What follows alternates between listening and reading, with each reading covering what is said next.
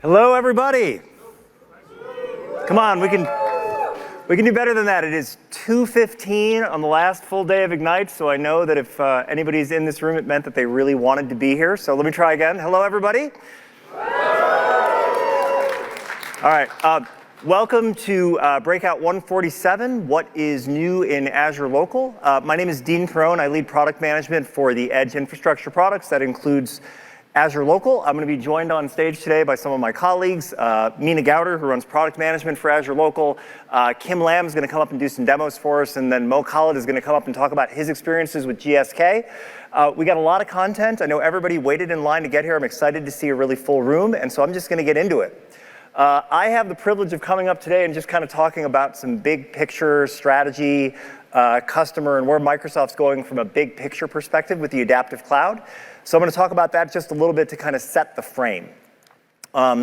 So what is Azure's adaptive cloud? I would say, you know, if you hear the words adaptive cloud and you hear the words Arc, what it really means is this is Azure's ability to extend Azure workloads, Azure capabilities outside of our physical regions and data centers. I mean, it's 2025. I think the industry has really matured. And guess what? Like, not all workloads are going to run inside the Microsoft cloud. A bunch of them are going to run on premises. A bunch of them are going to run in other data centers. And as we've been on this journey for the last like 10 or 15 years, building hybrid and edge capabilities, we used to try to tackle all these different use cases like hybrid and multi-cloud and IoT and distributed and even sovereign. We used to try to tackle them all with different technology stacks.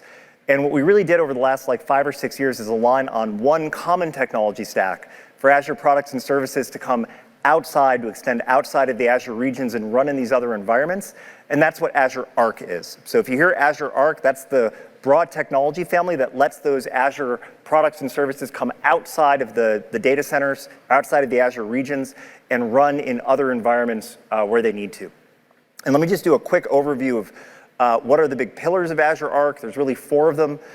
It starts by centralizing operations and management and bringing resources and infrastructure that are outside of the Azure regions and bringing them into the Azure portal. So for example, you can use Arc Agentry, you can install it on physical servers, you can install it on virtual servers, and you can start to enlighten those things within the Azure portal, get them all into a single pane of glass, and start to unlock additional capabilities against them using things like Defender and Monitor, and you can do a natural language style interaction with all that through Copilot. So that's the first pillar, centralizing operations and management through Arc. The second is around scaling development across boundaries, and what we're really talking about here is Kubernetes. And so with Azure Arc, you can enlighten any CNCF compliant Kubernetes distribution. You can have it show up in Azure. We also have our own Microsoft first-party Kubernetes distribution, which is Azure Kubernetes Service enabled by Arc. And with that, you can use things like GitHub and Visual Studio to build one Kubernetes application, manage it centrally, and then roll it out to all of your sites. So that's the second pillar. The third pillar is around unifying data and AI across your entire estate. Azure is just not about touching all the IT assets in your environment. It's also about bringing the physical things that are in your environment into Azure. And by this, I mean like things you'd see in the manufacturing and the retail world. Right? So we're talking about PLCs and sensors and factory equipment and temperature sensors and things like that. Attaching them into Azure, getting a view of them, being able to do some centralized management, but more importantly, like normalizing the data streams that come off of those from industry standard protocols, getting the data streams from all of those physical operational technology things into Azure, doing things like bringing them into Fabric and doing enhanced AI style insights on top of them. And then the fourth pillar is around our global infrastructure. So of course, Azure has regions all over the world, and you can use Arc to extend into multi-cloud environments. But for people, and then of course you can use Arc to extend third-party infrastructure such as VMware vSphere. But for customers and for people who want a full Microsoft managed infrastructure solution, that final pillar of Azure Arc is led by Azure Local. So let's talk a little bit about what Azure Local is. And look, to put this in really simple terms, Azure Local is Microsoft's first-party managed infrastructure solution that runs in your own data centers. It's a software product, comes through Azure, metered by the core, you pay for it by the core. It runs on third-party hardware. We have qualified systems from all the major OEM partners. So you get the hardware from the OEM, you get the software from Microsoft. And really what Azure Local intends to do is let you put, as close as we can get to nodes of Azure, inside of your own facilities. That's it. That's what Azure Local is. What does it have inside of it? Look, of course, there's an operating system, and there's storage capabilities and software-defined networking capabilities. But really, at the end of the day, it's, that's the infrastructure. That's the platform level. It's there to support running applications. So it can run virtualized applications, Windows or Linux. It can run containerized applications. It comes with Azure Kubernetes by Arc as part of the Azure Local distribution. And then it can run a number of PaaS applications from Azure that were designed to run in Azure Arc environments. So for example, that's IoT operations and data services and Azure Virtual Desktop and things like that. But really, like the fundamental construct here is you're trying to put nodes of Azure Local in your data center. And then all of the management and operations of all that is just through the Azure control plane. The deployment's through the Azure control plane. The patch management's through the Azure control plane. The updating of all that is through the Azure control plane. If you're on the right qualified hardware, that patch management is for the entire system, inclusive of all the OEM stuff, so you don't need to worry about managing that separately. And then you can do that, just have it tethered to the Azure regions themselves. Or a capability that we have in previews, you can also deploy it with Azure Local disconnected operations. And that allows you to deploy Azure Local in a completely disconnected operations mode so that you put a few more nodes out there and then you've got a disconnected control plane to get that Azure experience locally. So that's what Azure Local is. It's been a really awesome business to be a part of for the last 5 years or so. We have a few thousand customers now at this point, so it's been growing really fast. They're all over the world. They're all across industries. It turns out that there are use cases in almost every industry where something like latency or data gravity or regulation or poor connectivity means that some workloads are going to always run locally, like where the data is in a customer facility. But it's also very, very helpful to be able to bring the power of the cloud down to those locations for some extended capabilities like monitoring and security protection. These are just a bunch of customers that we have public case studies posted. I mean, I'll list a couple of them. I mean, Kohl's is doing some really innovative stuff with AI-powered checkout experiences in the stores where they can see if you've left something in the bottom of your shopping cart. Emirates Global Aluminum is looking for manufacturing defects on the manufacturing line in real time using Azure Local. Baptist Health is a big hospital network down in Florida, and they're driving Azure Virtual Desktop experiences inside of the patient rooms and running a bunch of hospital infrastructure on Azure Local. Really encourage folks, if they'd like to learn more and see if there's something applicable for your industry, you can check out all these case studies online. And then I want to shift gears a little bit into what is Microsoft's strategy around sovereign cloud and how does Azure Local fit into that. I've talked with a bunch of customers here at the show this week about sovereignty. It's a big area of conversation. Certainly come up a lot in the last, I'd say, 12 to 18 months or so. And really, Microsoft's approach to sovereignty is to provide customers a range of options depending on what they need. So it starts by providing sovereign capabilities in our public cloud, and that's the far left part of this slide. So if you look at our public cloud, for example, in Europe, we have things like the data stays within the EU data boundary. You have your flexibility of choice in terms of which AI model you want to use. And then with other capabilities like Data Guardian, you can ensure, for example, that access to the system is through EU citizens. If you want to go one click stop to the right of that, you have some more sovereignty requirements of that. We've also announced a couple national partner clouds. Those build on the things that are in the public cloud. But in the cases of the national partner clouds, those are operated in partnership with a government-sponsored entity in particular geographies. And so, for example, in Germany, we have a partnership with Delos. In France, we have a partnership with Bleu.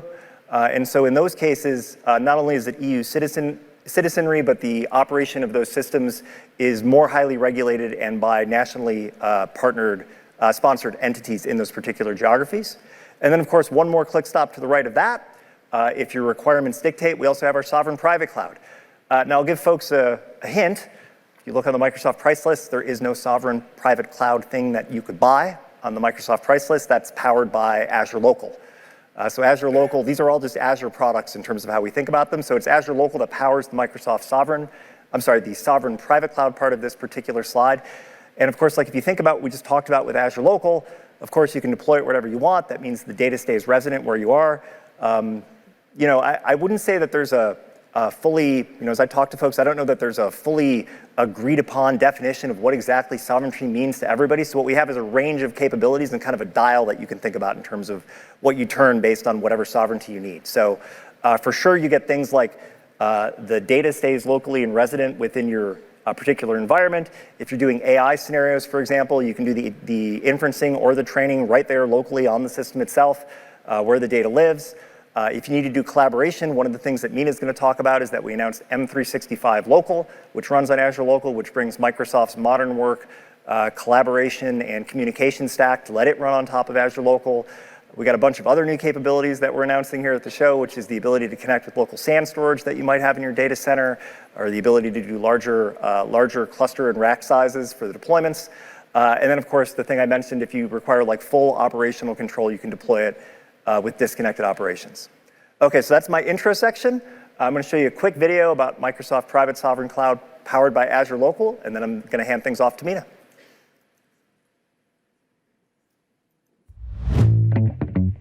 Today, industries like manufacturing, energy, utilities, and government desire AI that's not just powerful, but secure, resilient, and local.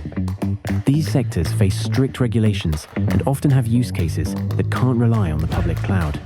That's where Microsoft's sovereign private cloud, powered by Azure Local, makes a difference. It brings advanced AI to hybrid and even fully disconnected environments while helping these sectors meet their sovereignty and compliance needs. Picture a public utility managing a power grid across remote regions. With Azure Local, they can run AI-driven monitoring and predictive maintenance right at the source, responding to issues in real time, even without cloud connectivity. It's not just about efficiency, it's about keeping critical services running. The same applies to government operations, where disconnected environments demand a unique set of compliance and control measures. Azure Local can help make that possible without compromising operational integrity. Here's how it works. Azure Local uses a familiar Azure control plane to manage AI workloads close to the data. Processing and data stay on-premises to meet sovereignty requirements. And when connecting to cloud isn't an option, Azure Local can be deployed with disconnected operations, running with a local control plane to provide the operational control that's so important for mission-critical environments, from anomaly detection and asset tracking to threat analysis and strategic planning. Azure Local supports a wide range of AI scenarios. It helps organizations act on data instantly, stay in control, and build resilience, unlocking innovation in places the public cloud can't always reach.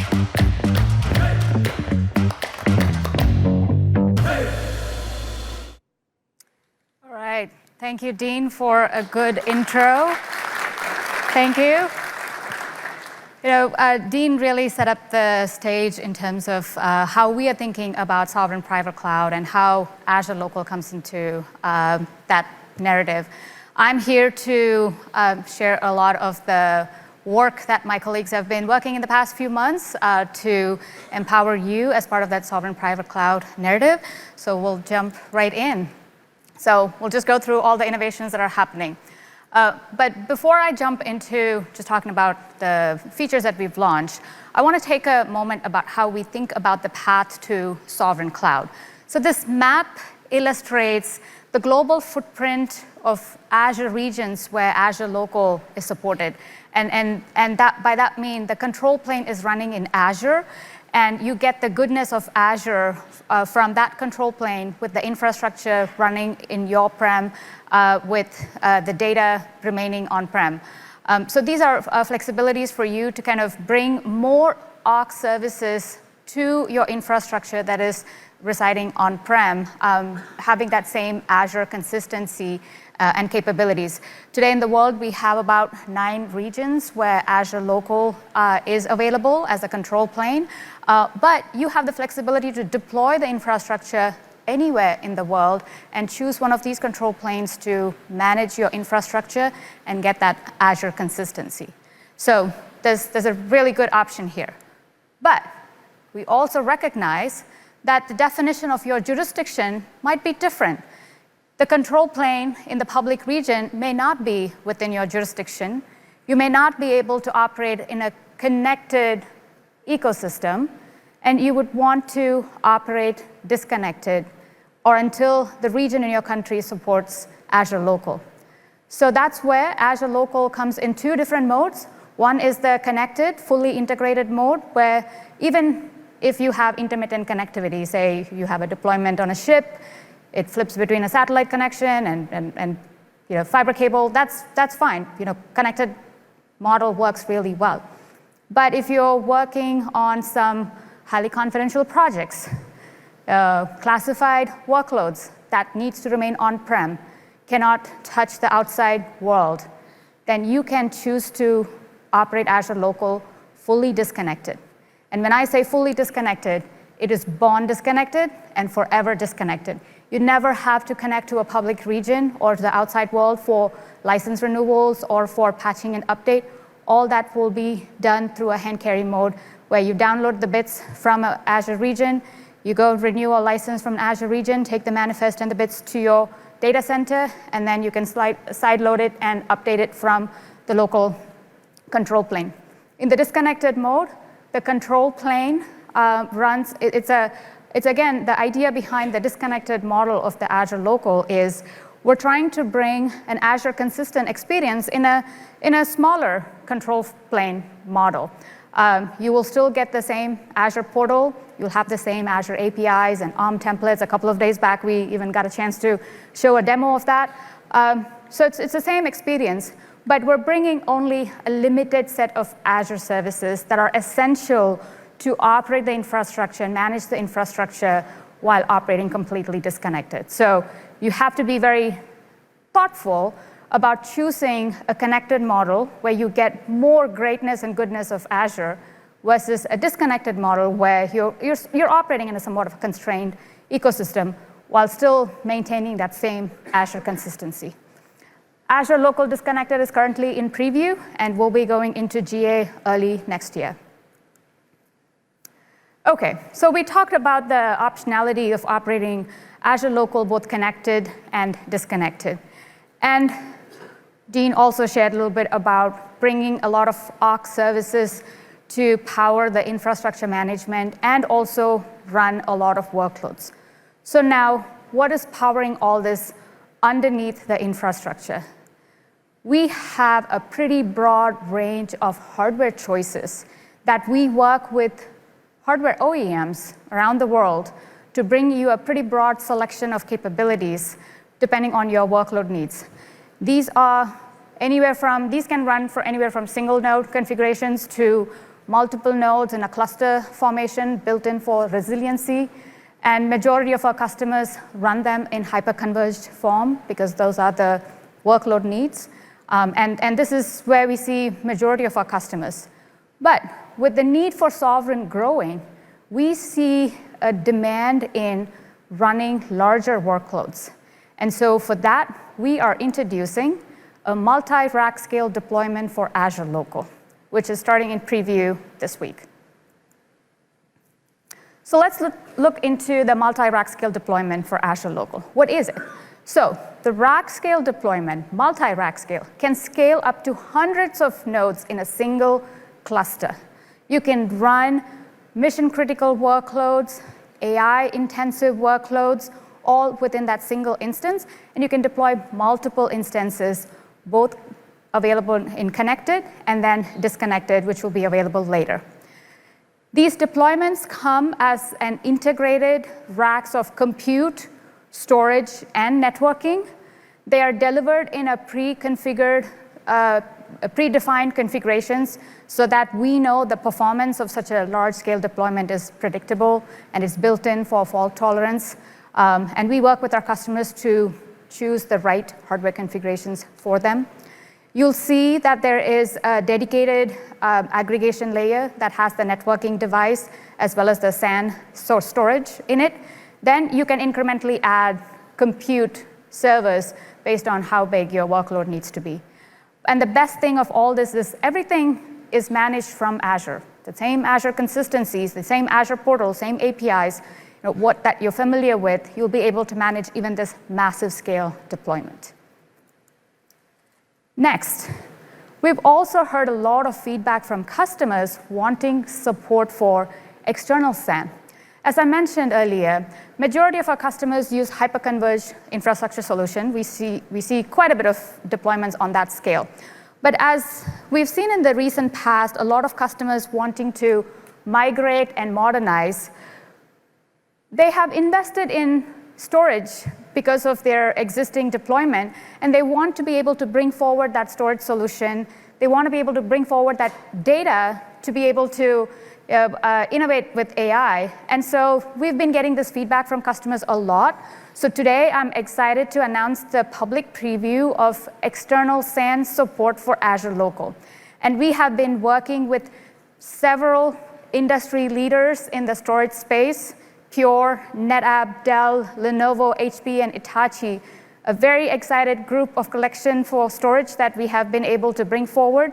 We're currently in public preview, working with a lot of customers.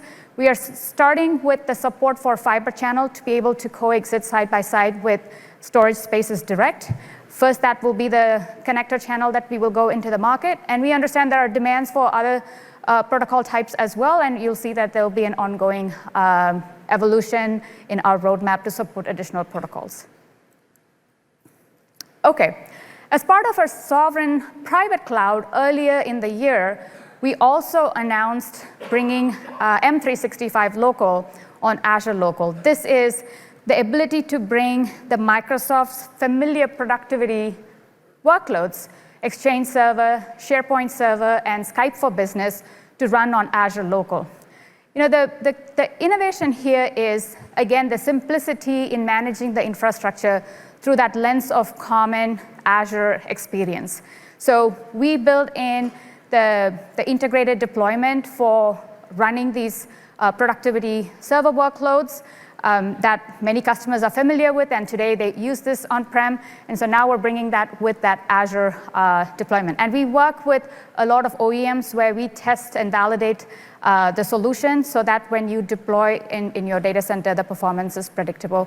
And right now, the connected version of M365 Local is generally available. So if you have a need, please reach out to your account team or to us to get access to the deployment. We work with our internal Microsoft partners who deliver the solutions, and we're also onboarding more partners to support our customers globally. And then the disconnected version of that will be launching along with Azure Local Disconnected Operations early next year. Okay. Let's move a little bit into our AI innovation. So we are bringing AI acceleration to the edge. Last month, we were at the NVIDIA GTC conference where we announced the support for RTX Pro 6000 Blackwell Server Edition GPU on Azure Local. You know, the RTX GPU, it's considered to be a universal GPU. It brings a lot of AI power that is typically expected to be available in sophisticated data center. Now it brings that to the edge. So it's able to run a lot of generative AI workloads. You can run language models, large language models on the GPU.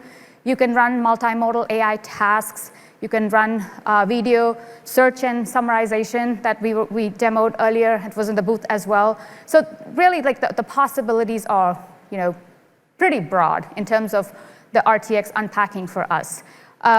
We also have been able to kind of do 3D rendering, Omniverse, Enterprise Studio, digital twin. When we did a demo with running an AVD session between a predecessor GPU and the RTX Pro 6000, we almost saw like 2 times the performance improvements in terms of the ability to render. So very powerful capability now coming to the edge as well. And of course, now we're combining the power of NVIDIA's GPU to the platform that Azure Local brings in with Azure consistency and Azure security narrative. It really kind of solidifies our sovereignty narrative. So we don't do this alone. We partner with a number of OEMs who have worked with us in certifying the RTX Pro 6000 GPU on their hardware platform for Azure Local. So you can see here that the Dell Technology AX770, the Lenovo ThinkAgile M650, and the HP ProLiant DL380 Gen 12 will start shipping with the RTX Pro 6000 GPU starting early next year, so coming soon. Okay, so we talked about bringing AI infrastructure innovation. But how does this stack up to being able to do the AI tasks for the end users? This is how we think about the power of the RTX Pro 6000 GPU and Azure Local being able to run advanced AI workloads right at the edge. If you think about, look at this stack, it really allows the ability to run a pretty broad range of large language models like GPT-OSS, Llama model, Mistral, DeepSeek. All of those things can run on RTX. It also helps you to pick task-specific models from the Foundry catalog, or you can bring your own models to run on this infrastructure as well.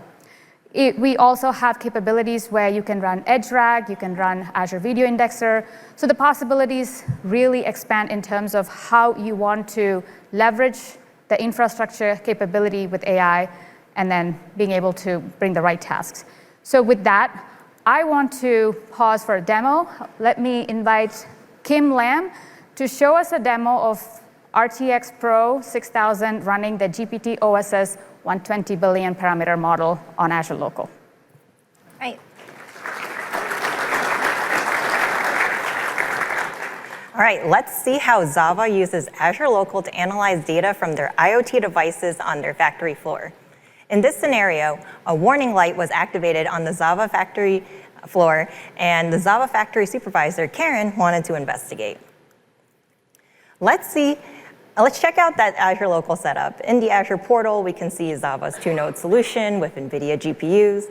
𝗲𝗲's IT team is using a Windows Server VM to run their models and analyze their data. Now, onto the local VM, we have 𝗲𝗲 as our LLM platform shown on the left, and that the NVIDIA GPU is running on the right. For this analysis, 𝗲𝗲 will use the more powerful GPT-OSS 120B model with high reasoning. Let's select and load all of the factory floor data logs to that model. So we're going to click here, go ahead, and we're going to also go ahead and input our prompt. And we're going to go ahead and let that run first. All right.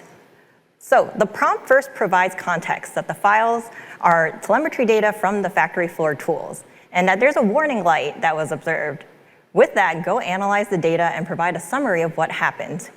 So what you can see right now is the platform first loading the GPT-OSS 120B model and then reading and understanding the logs that we uploaded in full detail.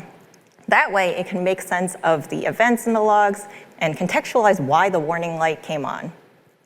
All right, it looks like the analysis wrapped up in about 26 seconds, and we can see that there's a detailed timeline that goes through the key events in chunk time segments. All right, let's see.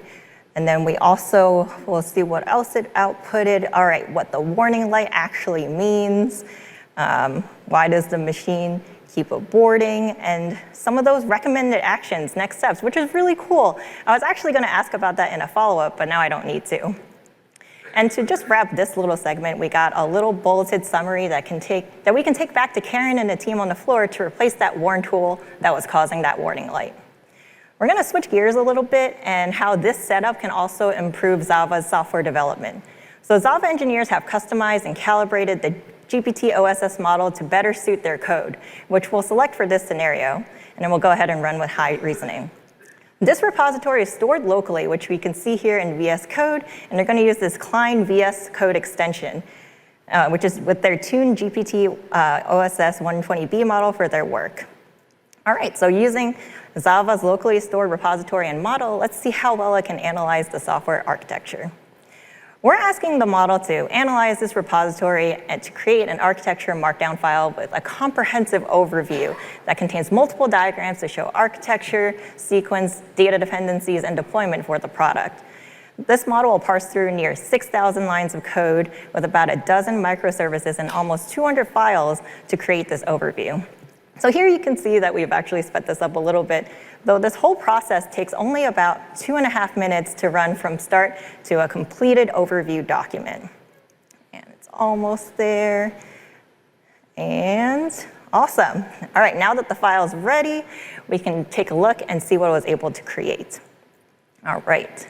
So let's go ahead. We can go through that overview, which contains some details, an overview table. In this section here, we can see the system architecture diagram that's detailing multiple microservices. And next, we have this typical user interaction sequence, and then we have also a tech stack diagram and data dependency diagram and more. And I just want to highlight that these are just a few scenarios where Azure Local with the NVIDIA RTX Pro 6000 can revolutionize work at the edge in a matter of minutes for customers like 𝗲𝗲. Thank you. I'll pass it back to Meena. Thank you, Kim. You know, I still have like nightmares from drawing architecture diagram from my high school. If RTX was available, we could have done wonders. Okay, continuing on the AI acceleration and innovation here, I want to share that we just announced the refresh of EdgeRag Preview, where we're bringing in more intelligent, knowledge-based capabilities within EdgeRag. It introduces production class lazy RAG capability with industry-leading retrieval quality and high-fidelity parsing with OCR for documents, images, tables, and it also has integration with SharePoint. Performance has dramatically improved. We have about 100 times faster ingestion of live streamed images, and we have 5 times faster query execution for hybrid search. And it now supports multimodal search, improved chat UI experience. We have image-rich output. So a lot of capabilities that is coming with our EdgeRag refreshed preview. We're also announcing the preview of Azure Video Indexer support for live stream video.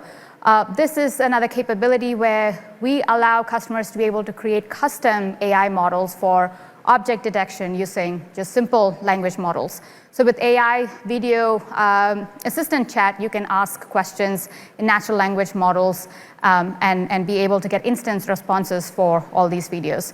And these video agents can function like customer service support, could be in a retail operations environment. It's a lot of capabilities that it offers. And it's also able to automatically summarize the results from a pretty long video stream. I'll quickly recap on some of the recent announcements that we've already made. I'm not going to go into a lot of depth, but there's been a blog post published going into all the details. It was part of our 2510 release. General availability of Azure Migrate, being able to lift and shift your traditional on-prem VMware applications to Azure Local, if that is a path customers want to choose. We provide a simplistic way of not having to re-architect or recode the applications. You can deploy that as an agentless migration path, all managed from Azure Migrate tooling in Azure Cloud, and keep your data on-prem. So it's just a migration of the VM DH file into an Azure Local VM. And you can monitor the migration and the replication success rate all from the convenience of Azure Portal. We also announced the general availability of network security groups, again, giving our customers the granular control over network traffic. You can define inbound and outbound, allow, deny policies and rules that can be set at the VM interface level. We provide the full 5-tuple control, so for source and destination IP, source destination ports and protocol. So pretty powerful to securing your environment and reducing exposure to external threats. They're also flexible. You can assign NSGs at a VM level, or you can assign them at the network level. So you really have a lot of flexibility in how you want to segment workloads and you want to protect your environment.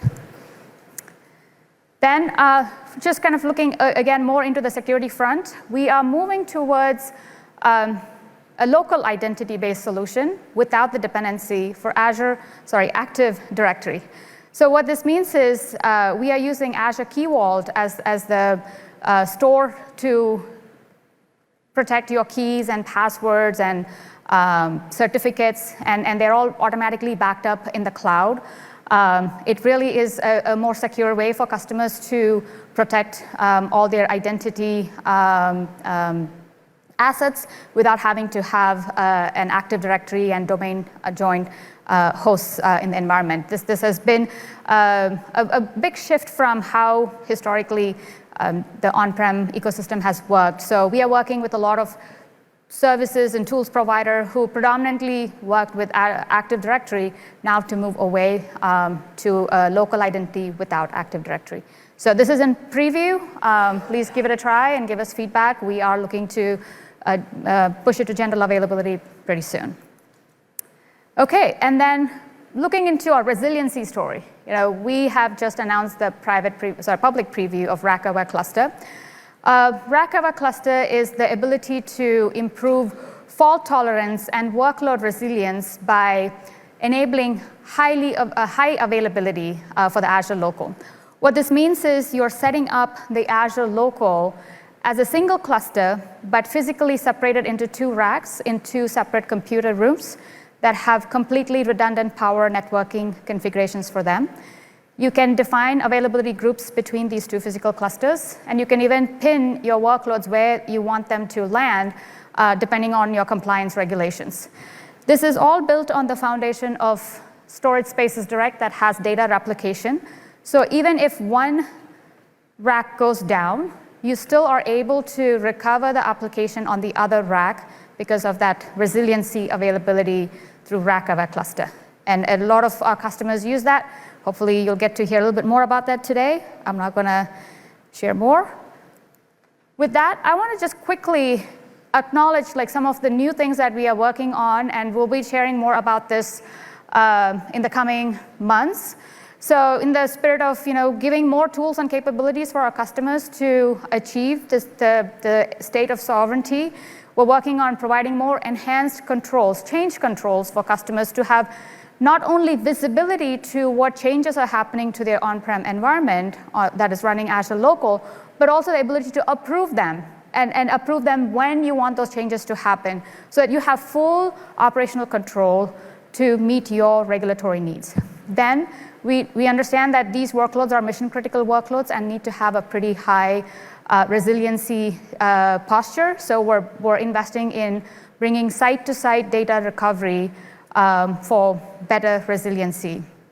And then the last thing is, we have heard a lot of customers saying that we love running Azure Local connected because it gives us a lot of capabilities from Azure services that we can take advantage. But we want to be able to switch to a disconnected managed control plane should we lose connectivity to the public cloud. So we heard you. We're working on that. We'll be providing more information on that front, flexibility to switch from a connected control plane to a local control plane for your Azure Local. So with that, I would like to extend a warm welcome to Mohamed Khalid from GSK, who will be sharing about his experience for Azure Local. Thank you.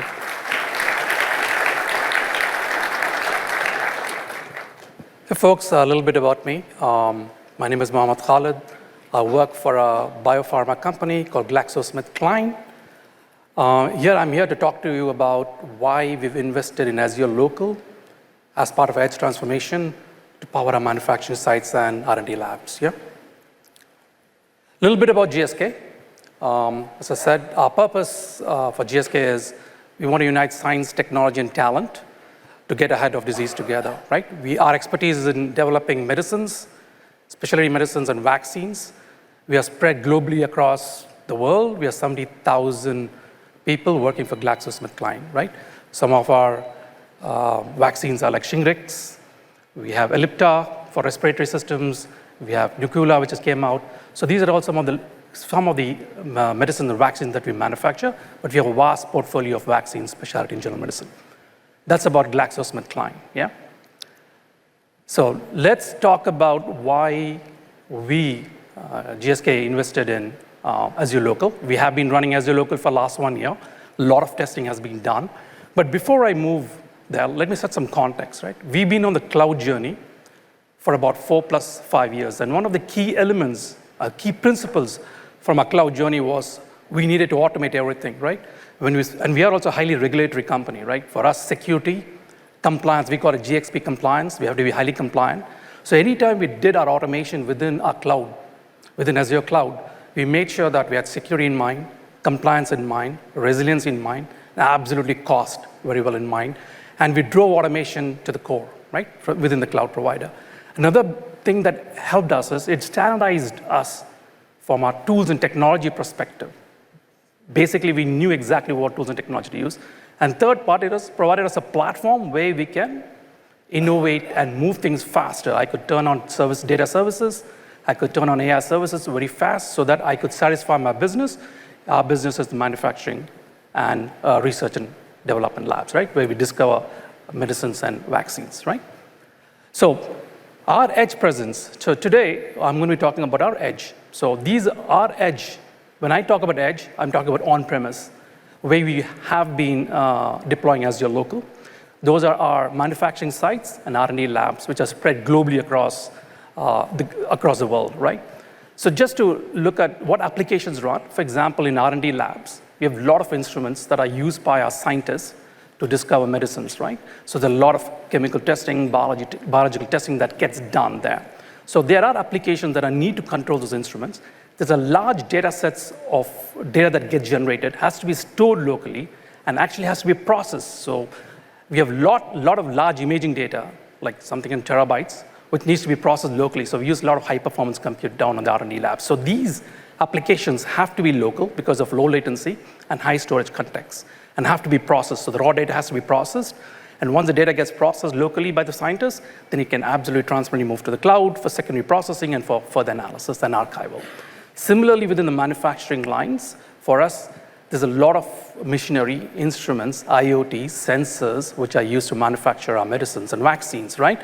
So these, again, you need applications to control these instruments, things like SCADA systems, DCS systems, distributed control systems, and manufacturing engineering systems are needed. So you need that. At the same time, they generate large amount of time series data, just small data, which need to be stored locally, contextualized, and sometimes do real feedback loop. So real-time data processing needs to be done. And much of the time, what we do is we contextualize the data, move it up to the cloud, and there we do a lot of digital twin modeling, and then we push it downstream back for inference services. So those are some of the key application workloads that will be running on Azure Local. Today, we are running a greenfield application within Azure Local today in 4 sites across the globe.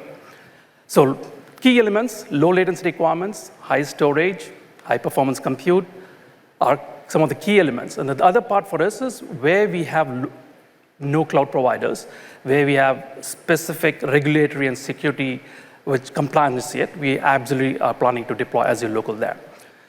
The biggest challenge that we found is, why did we choose Azure Local, right? Remember, when I said in the cloud, we could absolutely do a lot of this automation. How easy it would be for us to go ahead and invest and bring X in the cloud to the edge. And that's one of the key reasons why Azure Local was a most important part for us, right? We could absolutely provide the same set of service, same automation down on the edge. So today, within what we started looking at within all our manufacturing and R&D labs, so inconsistent architecture, siloed, we were running into tech obsolescence, siloed operations, our automation was discrete, was all over the place, right? And there was also a lack of unified visibility. Remember, we're using different set of tools in the cloud, a complete different set of tooling within our on-premise edge locations. So one of our challenge was, how do I bring them all together, right? And that's where we started investing in Azure Local for the last 15 months now. Did a lot of testing, as I said. We started with a minimum viable product, then we started rolling out to 3 to 4 sites currently, right? What Azure Local definitely did for us is it extended the management plane, as Dean and Meena were talking about. It extended the management plane. All the automation that we could do, that we had done on the cloud, it absolutely became consistent. We had the same construct of landing zones. Every site became a subscription, had a resource group, had the resources. So we did not have to change any of our pipelines. All our pipelines, whether it was virtual machines or Azure Container Services or things like functions on AKS, all that just completely work as transparently because our pipelines didn't change. The pipelines that we use in the cloud, we were absolutely using the same pipelines right to deploy these services on Azure Local 1.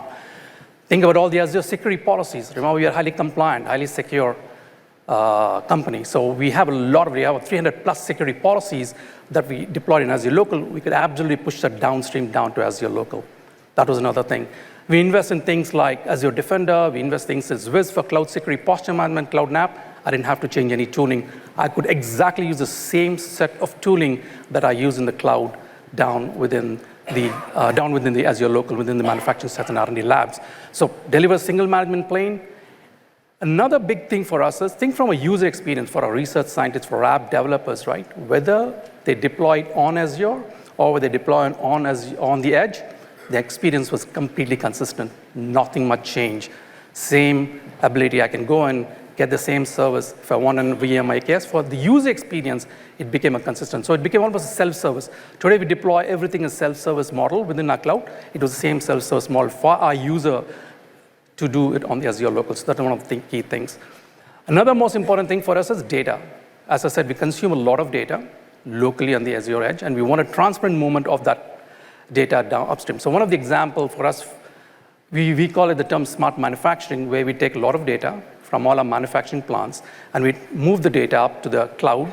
We do a lot of modeling. We can call it digital twin and stuff like that. So we do a lot of modeling out there. And that layer is called the factory integration layer. We pick data, so that we can get quick insights to how from a productivity perspective, from a wastage perspective, and from a supply chain process improvement perspective. So we send a lot of data collected downstream in Azure Local, called the factory integration layer, and move it upstream to the cloud to make some decisions and push the decision downstream, right? Another important thing is, remember I talked about tech obsolescence? So with Azure Local, we could drive more governance so that we could drive less tech obsolescence. We didn't want to run legacy operating system within our manufacturing labs and R&D, within R&D labs and manufacturing plants. So it helped us deliver a consistent patching OS updates and lifecycle management. Quickly, I think I'm being called very quickly. The biggest thing that I would leave with all of you is, when you are investing in Azure Local, make sure you have a good technical team. See, remember, we are security conscious. Everything make sure you add your cybersecurity team, your global risk compliance team, your networking team, your identity and access management team to make sure you bring Azure Local up and running, because success depends on collaboration for us. So that was a key element. Make sure you bring your operations team in the journey so that when you're ready to operate it, it just works transparently. Another important thing is manage costs. How we manage costs in the cloud, we could absolutely manage costs down at an Azure Local site. I'll leave this. So for us, Azure Local was building the foundation of the future, faster service enablement. For example, we built our first AKS cluster in a manufacturing plant. It would have taken us months, procurement, licensing. It took us hours. Foundation for convergence, cloud, edge, IT, OT. It converges us from financial transparency. As I talked about, I could tag my resources, I could tag my applications, I could tag my resource groups, visibility, cost allocation. And then we have invested in a future-proof infrastructure, because now I can run AI services, which Meena talked about, and things like data services down and machine learning services, so it enables GSK smart manufacturing and future collaboration. Thank you, folks. Thank you so much, Mo.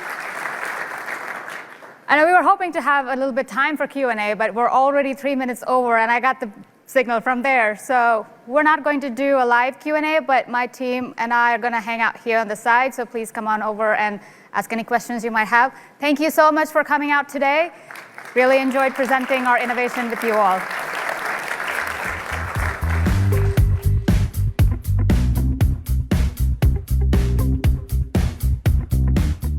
That concludes the session.